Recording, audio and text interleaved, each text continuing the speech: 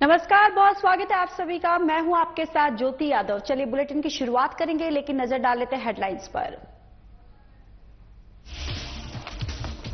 BJP महिला मोर्चा ने जताया आभार। शराबबंदी को लेकर सीएम के फैसले का किया समर्थन। महिला मोर्चा के बनाई मानव श्रृंखला।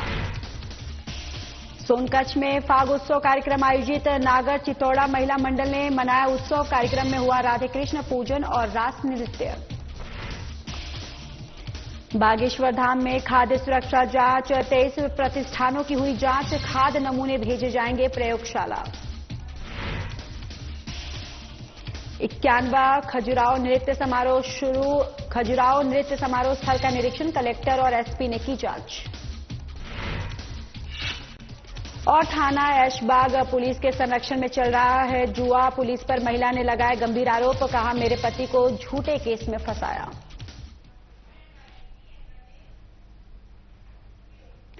चलिए अब बुलेटिन की शुरुआत करते हैं। बीजेपी महिला मोर्चा ने शहर में होने वाली शराबबंदी को लेकर सीएम मोहन यादव का आभार जताते हुए कहा कि टावर चौक पर एक विशाल मानव श्रृंखला बनाई। इस कार्यक्रम में बड़ी संख्या में महिलाएं शामिल हुई हैं। प्रदेश की मोहन सरकार ने 1 अप्रैल से 17 धार्मिक शहरों में शराबबंदी लागू करने की घोषणा की है, जिससे महिलाओं में खास खुशी देखी जा रही है। और इस खुशी का प्रदर्शन बीजेपी महिला मोर्चा की तरफ से आयोजित हुआ।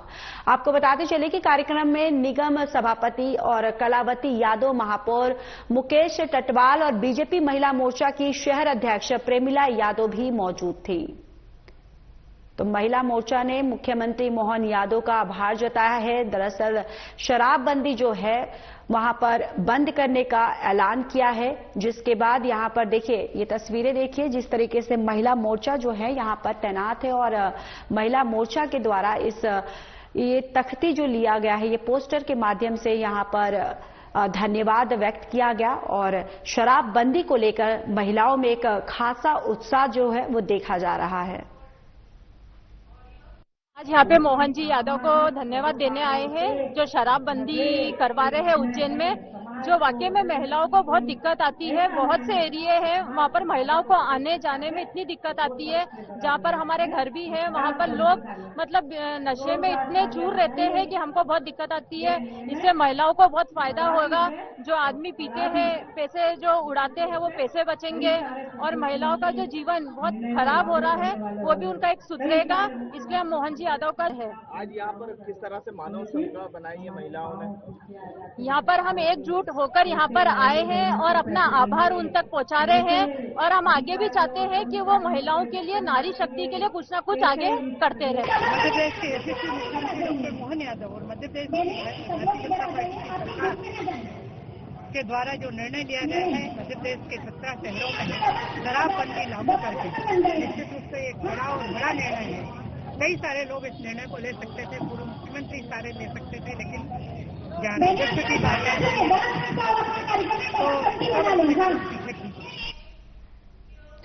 मध्य प्रदेश में शहरों के विकास के लिए सिटी सर्वे अभियान की शुरुआत कर दी गई है। इसमें शुभारंभ अवसर पर मुख्यमंत्री डॉक्टर मोहन यादव के साथ केंद्रीय मंत्री डॉक्टर चंद्रशेखर पेमासानी हिस्सा लिया। रायसेन में इस अभियान की शुरुआत हुई, जिसका लोगों को बड़ी संख्या में लाभ होने का दावा किया जा रहा है। मध्य प्रदेश सरकार सिटी सर्वे प्रोग्राम शुरू करा दी गई है और इसका राष्ट्रीय शुभारंभ मध्य प्रदेश के मुख्यमंत्री डॉक्टर मोहन यादव, केंद्रीय मंत्री शिवराज सिंह चौहान, केंद्रीय ग्रामीण विकास मंत्री चंद्रशेखर पेमासानी की उपस्थिति में हुआ है। रायसेन में 18 फरवरी को सुबह अभियान की शुरुआत की गई है। शहरों की भूमि को चिन्हित करने के लिए ये डिजिटल प्लेटफॉर्म के द्वारा सरकार का सबसे बड़ा अभियान है। इस अभियान के माध्यम से सरकार कई दावे कर रही है और अभियान के माध्यम से लोगों को भी लाभ पहुंचाने का दावा किया जा रहा है।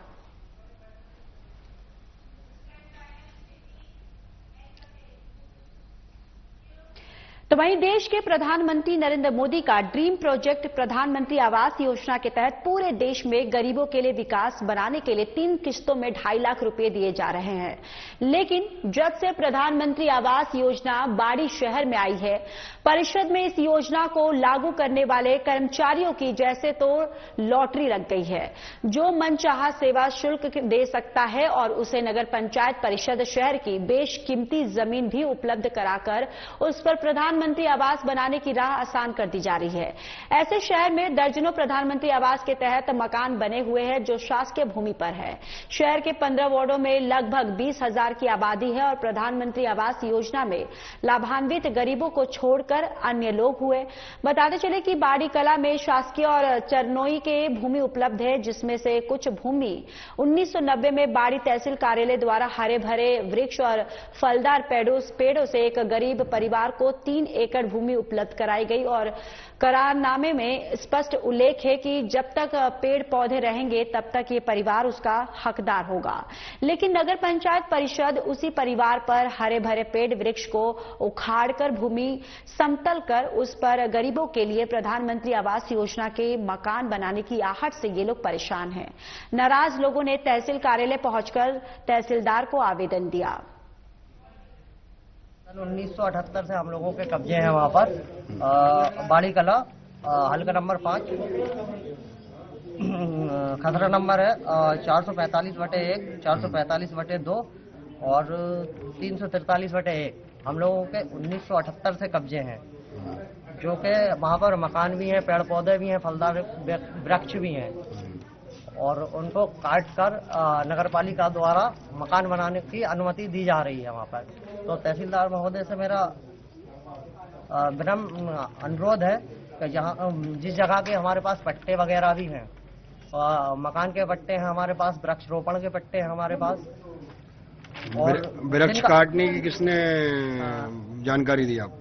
जानकारी हमें मिस्त्री भैया के द्वारा जानकारी मिली गई है, चौकीदार द्वारा जानकारी मिली गई है, जो कि 28 तारीख में उसका सर्वे वो नपटी होगी और नपटी होने के बाद में प्लाटिंग वृक्ष काट के प्लाटिंग की जाएगी। लगभग कितने पुराने वृक्ष होंगे? और लगभग उसमें हम लोगों के वही 1995 के समथिंग से वृक्ष लगे हुए हैं। शिवपुरी जिले के पोहरी में एक अजीब मामला सामने आया, जहां कचरा कलेक्ट करने वाली गाड़ी को हाईवे पर प्राइवेट वाहन के रूप में दौड़ते हुए देखा गया। इसका वीडियो सोशल मीडिया पर तेजी से वायरल हो रहा है। मामले के मुताबिक बुधवार दोपहर एक वीडियो वायरल हुआ, जिसमें नगर परिषद पोहरी की कचरा गाड़ी बुडदा रोड पर कई वाहनों के साथ टच करती हुई नजर आ रही है। इस दौरान नगर में जगह जगह गंदगी फैली हुई है, जबकि कचरा कलेक्ट करने वाली गाड़ी वहां नहीं पहुंच रही है और बाहर जाने वाली गाड़ी का इस्तेमाल संदिग्ध है।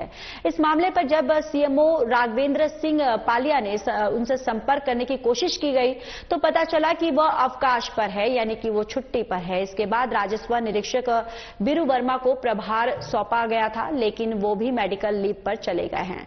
अब यह स्पष्ट नहीं हो सका है कि कचरा वाहन को किसकी अनुमति से बाहर भेजा गया और मामले में कार्रवाई जो है वो कब होगी।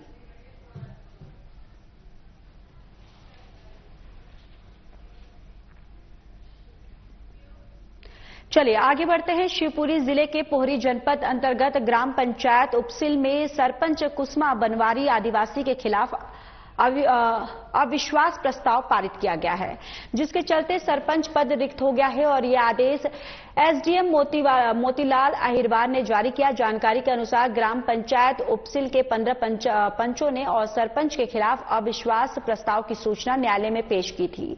इसके बाद सामुदायिक भवन उपसिल पर विशेष सम्मेलन आयोजित किया गया, जिसमें तहसीलदार निशा भारद्वाज को पीठासीन अधिकारी नियुक्त किया गया। इस सम्मेलन में अविश्वास प्रस्ताव की प्रक्रिया पूरी की गई है, जिसके बाद सरपंच का जो पद है वो रिक्त हो गया है।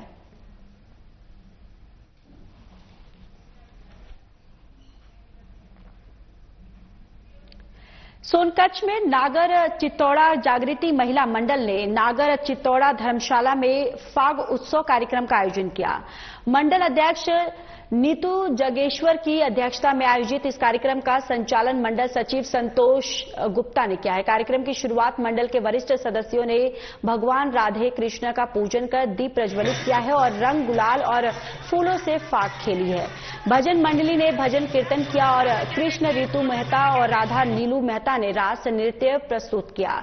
इस मौके पर फूलों की रंगोली प्रतियोगिता भी आयोजित की गई, जिसमें स्वाति गुप्ता को पहला और साधना अकोतिया को दूसरा स्थान प्राप्त हुआ है। साथ ही उषा अकोतिया और पल्लवी पंचौली को 7वां पुरस्कार दिया गया। लकी गेम में सरोज मेहता और सुरभि गुप्ता ने पहला स्थान हासिल किया और होली थीम पर तंबोला भी खेला गया है, जिसे सभी ने आनंद से खेला और मंडल की ओर से विजेताओं को नगद पुरस्कार दिए गए और कार्यक्रम के अंत में भगवान की आरती कर ठंडाई का वितरण किया गया। और इस सफल आयोजन में मंडल उपाध्यक्ष किरण अकोटिया और सभी कार्यकारिणी सदस्यों का सहयोग रहा। मंडल सचिव संतोष गुप्ता ने सभी का आभार व्यक्त किया।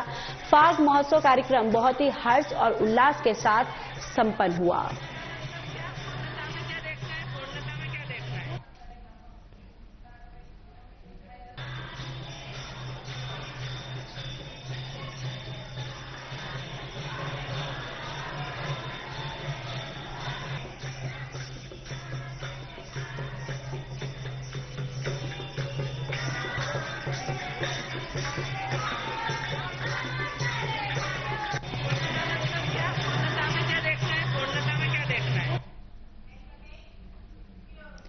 शिवपुरी के थाना प्रभारी धर्मेंद्र सिंह गुर्जर और आरक्षक जसवंत सिंह पुलिस अधीक्षक की क्राइम मीटिंग में शामिल होने के बाद वापस थाना जा रहे थे। इस दौरान बेलुखो कट नेशनल हाईवे पर एक अज्ञात व्यक्ति को सड़क किनारे मोटरसाइकिल के पास गिरा हुआ पाया। जब पुलिसकर्मी ने नजदीक जाकर देखा तो उसके सिर में चोट लगी थी और खून बह रहा था।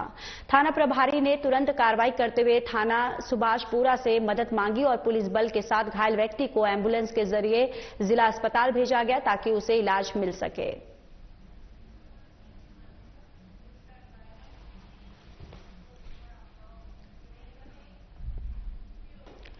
कलेक्टर पार्थ जायसवाल के निर्देशन में बुधवार को छतरपुर के खाद्य सुरक्षा विभाग ने बागेश्वर धाम ग्राम गढ़ा में खाद्य पदार्थों की जांच की।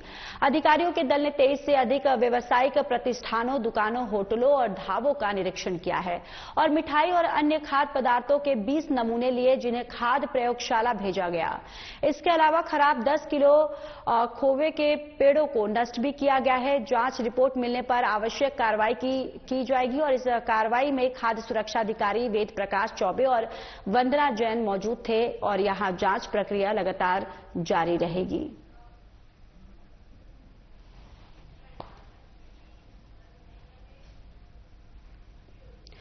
तो वहीं कलेक्टर पार्थ जायसवाल और एसपी अगम जैन ने आज से शुरू होने वाले 91वें खजुराहो नृत्य समारोह के कार्यक्रम स्थल का बुधवार को निरीक्षण किया है। ये समारोह 20 फरवरी को शाम 6:30 बजे शुरू होकर 26 फरवरी तक चलेगा। और आपको बताते चले कि कलेक्टर और एसपी ने कार्यक्रम स्थल की तैयारियों और व्यवस्थाओं का निरीक्षण किया है और सभी व्यवस्थाएं सही तरीके से चलाने के निर्देश दिए। इस दौरान संस्कृति विभाग के संचालक एनपी नामदेव और एसपी विक्रम सिंह और सीएमओ बसंत चतुर्वेदी, एसडीओपी और अन्य अधिकारी भी मौजूद थे। कलेक्टर ने बताया कि इस समारोह में देश विदेश के प्रसिद्ध कलाकारों के साथ साथ बाल कलाकारों के लिए भी नृत्य समारोह होगा और बुंदेलखंड के स्थानीय कलाकारों को भी इस कार्यक्रम में भाग लेने का अवसर जो है वो प्राप्त होगा। तो देखिए 91वां खजुराहो नृत्य समारोह शुरू हो गया है, जहां पर कलाकारों के लिए यहाँ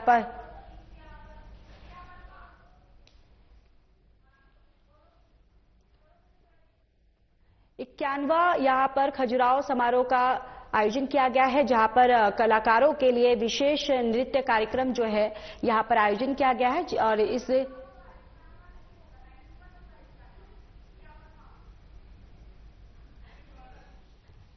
यहाँ पर 51 जो वार्षिक कार्यक्रम जो है वो आयोजित किया गया है, जहां पर नृत्य कार्यक्रम भी यहाँ पर रखा गया है और साथ ही साथ इस कार्यक्रम में देश विदेश के जो कलाकार हैं वो भी इस पे भाग लेंगे, जहां पर स्थानीय कलाकारों को भी इस कार्यक्रम में उनको मौका दिया जाएगा। 51वां खजुराहो डांस फेस्टिवल का शुभारंभ कल से होने वाला है। अभी 7 दिन का ये प्रोग्राम रहेगा। शाम 7 बजे से 9 बजे तक की 3 परफॉर्मेंसेस होंगी। देश प्रदेश से विभिन्न प्रसिद्ध कलाकार, पद्म विभूषण से सम्मानित कलाकार इस कार्यक्रम में शामिल होंगे। कार्यक्रम के लिए वीआईपी पासेस और उसके अलावा जो पार्किंग के स्थल का निरीक्षण कर लिया गया है। कार्यक्रम पूरी तरीके से व्यवस्थित होगा। इसके अलावा एक और अच्छी बात यह है कि इस बार एक नृत्य मैराथन मैराथन का आयोजन भी किया जा रहा है, जिसका भी शुभारंभ हम लोग आदिवर्त म्यूजियम से करके आए, जो कि 26 घंटे का एक निरंतर परफॉर्मेंस चलेगा, जिसकी टीम एक कथक से आई गई है कल्चरल विभाग से, उसकी तैयारी। सर वो सफल रहा तो क्या वर्ल्ड रिकॉर्ड बन जाएगा? अगर वो कार्यक्रम सफल रहता है तो एक Guinness book of world record में मध्य प्रदेश शासन के संस्कृति विभाग को अवार्ड दिया जाएगा, जिसकी मुख्य अतिथि उस कार्यक्रम में शामिल होगी। सर इसके अलावा 91वें नृत्य महोत्सव में विशेष क्या है हर बार की तरह? इस बार के डांस फेस्टिवल में 2 चीजें विशेष हैं। एक है बाल नृत्य समारोह, जिसमें बाल कलाकारों को अपनी कला का प्रदर्शित करने का अवसर दिया जाएगा। उसके अतिरिक्त एक विशेष आयोजन किया जा रहा है, जिसमें बुंदेलखंड के जो स्थानीय कलाकार हैं उनको भी इस कार्यक्रम में शामिल होने का मौका दिया। सर कल विशेष में मुख्य अतिथि सर कौन रहेगा, कितने बजे कार्यक्रम? मुख्य अतिथि का अभी निर्णय जो है वो अभी जैसे ही आएगा आपको। तो वहीं 51वां खजुराहो नृत्य समारोह और खजुराहो के कंदरिया महादेव मंदिर और देवी जगदम्बा मंदिर के बीच 20 से 26 फरवरी 2025 तक हर दिन शाम 6:30 बजे से आयोजित होगा। और इसके तहत 19 फरवरी को आदिवर्त म्यूजियम में 24 घंटे से अधिक चलने वाले वृहद नृत्य मैराथन का शुभारंभ कलेक्टर पार्थ जायसवाल ने दीप प्रज्वलन कर किया है। इस अवसर पर एसपी अगम जैन और संस्कृति विभाग के संचालक एनपी नामदेव की भी उपस्थित थे। और इस नृत्य मैराथन में 4 प्रमुख शास्त्रीय नृत्य और शैलियों कथक और भरतनाट्यम, ओडिसी और कुचिपुड़ी के कलाकार भी भाग लेंगे। और ये कार्यक्रम 19 फरवरी को दोपहर 2 बजे शुरू होकर 20 फरवरी को शाम 5 बजे तक चलेगा, जहां नृत्य निर्देशन और संयोजक की जिम्मेदारी कथक और नृत्यांगना और फिल्म अभिनेत्री प्राची शाह मुंबई और संगीत निर्देशक कौशिक बसु ने भी की है। और इस आयोजन में 136 कलाकार भाग ले रहे हैं, जो संगीत महाविद्यालयों और विश्वविद्यालयों के छात्र, वरिष्ठ कलागुरुओं ने उनके शिष्य भी यहां पर मौजूद रहेंगे।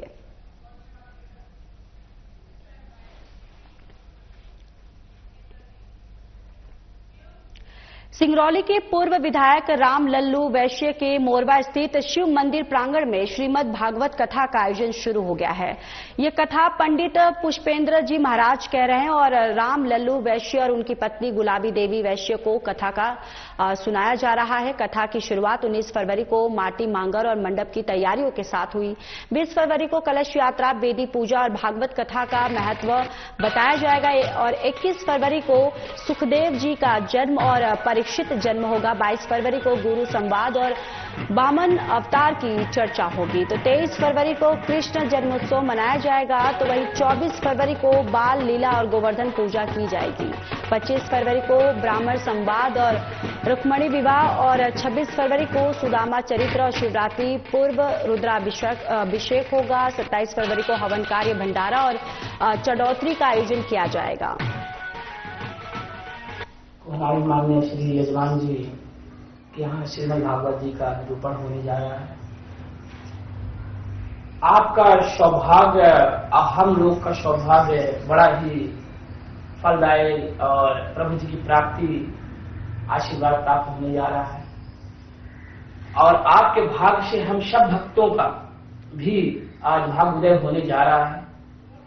तो श्री राधा जी की अनुकंपा और कृपा प्राप्त होने जा रही है। तो आप सभी भक्तों और भक्तगणों से हमारा यही विनम्र अनुरोध है कि हमें भागवत जी श्रवण करने का रसोपान सौभाग्य आज श्री शिव मंदिर प्रांगण में श्री माननीय विधायक जी श्री राम लल्लू वैश्य जी के यहाँ जो आरंभ होने जा रही है। प्रथम गुरु पूज्य के आशीर्वाद से आज कथा का शुभारंभ श्रीमद् भागवत का तैयारियां चल रही है। आशा और विश्वास है हमें कि क्षेत्र के सभी गणमान्य नागरिक से लेकर भाई बंधुओं के तरह सभी क्षेत्रवासी को आमंत्रित करता हूं और प्रतिदिन के हिसाब से 20 तारीख से लेके 27 को भंडारे तक के पहले कथा भागवत सुनने के लिए सभी को आमंत्रित भी करता हूं।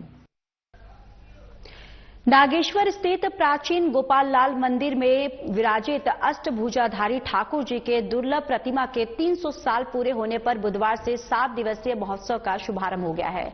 इस आयोजन के पहले दिन गोपाल मंदिर के महंत हनुमान दास जी के सानिध्य में वेद पाठी पंडितों ने पूजन और अर्चन का काम शुरू किया। इस दौरान गोपाल मंदिर भक्त मंडल के सदस्य विधायक सचिन बिरला, नगर पालिका अध्यक्ष राकेश गुप्ता और अन्य गणमान्य लोग उपस्थित थे। ध्वजारोहण और कलश स्थापना के साथ ही विधिवत रूप से 7 दिवसीय आयोजन की शुरुआत हुई। शाम 6 बजे से कालका माता मंदिर के पास स्थित रॉयल गार्डन में भजन संध्या का आयोजन होगा, जिसमें नगर के उभरते गायक दिव्यांश पंड्या जो है वो भजनों की प्रस्तुति देंगे। महोत्सव के दौरान हर रोज दिन में पूजन अनुष्ठान और रात में देश भर से आए कलाकारों की भजन संध्या होगी। मुख्य आयोजन 25 फरवरी को होगा, जब 300 सालों में पहली बार अष्टभुजाधारी ठाकुर जी की प्रतिमा को 21 फीट लंबे फूल बंगले के रूप में सुसज्जित रथ पर नगर भ्रमण कराया जाएगा। इस शोभा यात्रा में हाथी, घोड़े, ऊंट, बग्गी, झांकी और नृत्य मंडली भी शामिल होगी। पूरे नगर में ठाकुर जी की भव्य आगवानी और स्वागत के लिए उत्साह का माहौल है। श्री गोपाल लाल जी के हमारे 300 वर्ष पूर्ण होने के उपलक्ष्य में 7 दिवसीय महामहोत्सव का आयोजन गोपाल मंदिर में किया जा रहा है और आज श्री गणेश पूजन के साथ ध्वजारोहण का चित्रांकन हमारे वैदिक ब्राह्मणों के द्वारा संतों के सन्निधि में और उपस्थित भक्तगणों के सानिध्य में ये संपन्न हुआ है और सभी से निवेदन है कि सभी भक्तजन इस आयोजन में 7 दिवसीय आयोजन में पधारें और धर्म का लाभ लें। 7 दिवसीय महामहोत्सव में आज प्रथम दिन है, बुधवार का दिन है और आज का आयोजन जो था ध्वजारोहण के साथ गणेश पूजन के साथ में देवताओं का मंडल का स्थापन था हमारे वैदिक ब्राह्मणों के द्वारा और कल 11 कुंटल दूध से हमारे श्री गोपाल लाल जी का महाअभिषेक किया जाएगा।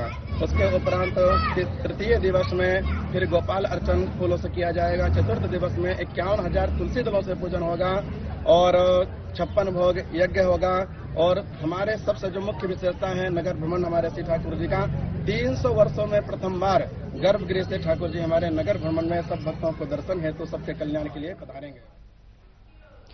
खबर भोपाल से है। राजधानी के ऐशबाग थाना में शाहीन नाम की महिला ने पुलिस पर गंभीर आरोप लगाया है। महिला का कहना है कि पुलिस ने उसे जुआ और सट्टे के कारोबार में शामिल किया और उधारी पर 50,000 रुपए का और स्टैंप पेपर पर लिखवाया। इसके बाद उसे हर हफ्ते 1.5 लाख रुपए देने के लिए मजबूर किया गया। कई सालों तक ये काम चलता रहा। जब पुलिस ने अधिक पैसे की मांग की तो महिला ने इस कारोबार को बंद करने की कोशिश की, लेकिन पुलिस ने उसके पति फरहान को झूठे आरोप में फंसा दिया और उसे हवालात में डाल दिया है। और महिला ने इस मामले की शिकायत भोपाल के वरिष्ठ पुलिस अधिकारियों से की है, लेकिन अब तक कोई कार्रवाई जो है वो नहीं हुई है। महिला गर्भवती है और अपने पति के लिए इंसाफ मांगते हुए राजधानी में भटक रही है। इस मामले से ये साफ होता है कि राजधानी ही नहीं, दूर दराज के इलाकों में भी पुलिस के ऐसे गलत काम हो रहे हैं जिनसे निर्दोष लोग जो हैं वो परेशान हो रहे हैं। गढ़वाल हैंगे वहाँ के पीआई साहब, अजय है, लोकेन है, पवन रघुवंशी है वहाँ पर जो ये काम करवा रहेंगे और वहाँ पर ये अभी उस थाने में भी रहकर आएंगे। यहाँ पर जो भी बच्चे पूरे काम चल रहा है ये तीनों के वजह से चल रहेंगे। इन तीनों को यूं ही नहीं हटाया जा रहा है क्योंकि ये तीनों फुल सपोर्ट लगा, क्योंकि हमसे बड़े अधिकारियों को के पैसे लिए जाते थे। यहाँ तक कि थाना सजवाने से लेके तो रिचार्ज तक के पैसे हमसे लिए जाते थे। रिचार्ज भी हमारे से ही करवाया जाता था कि फरहान रिचार्ज करवा दो फोन में, या थाने का कोई भी 15 अगस्त आ रहा है, 26 जनवरी आ रहा है, ये सब कहकर हमसे पैसे लेके जाते थे लोग थाना सजवा। खबर भोपाल से है, जहां 31 जनवरी को देसाई नगर कॉलोनी में जन्मदिन की पार्टी के दौरान डीजे की तेज आवाज को लेकर 2 पक्षों में मारपीट हो गई थी। इस झगड़े में जोगेंद्र गोड नामक युवक को चाकू लग गया था और वहां वो जो है वो घायल हो गया था और आज सुबह इलाज के दौरान उसकी मौत हो गई। युवक की मौत के बाद उसके परिजनों ने पुलिस कंट्रोल रूम और सीएम कार्यालय के बाहर लाश रखकर विरोध प्रदर्शन किया। परिजनों का कहना था कि हमले में शामिल फरार आरोपियों को गिरफ्तार किया जाए और कड़ी कार्रवाई की जाए। इस मामले में additional SP doctor Nitesh Bhargava ने परिजनों से मुलाकात की है और उन्हें कार्रवाई करने का आश्वासन दिया है। इसके बाद परिजनों ने प्रदर्शन समाप्त कर दिया है।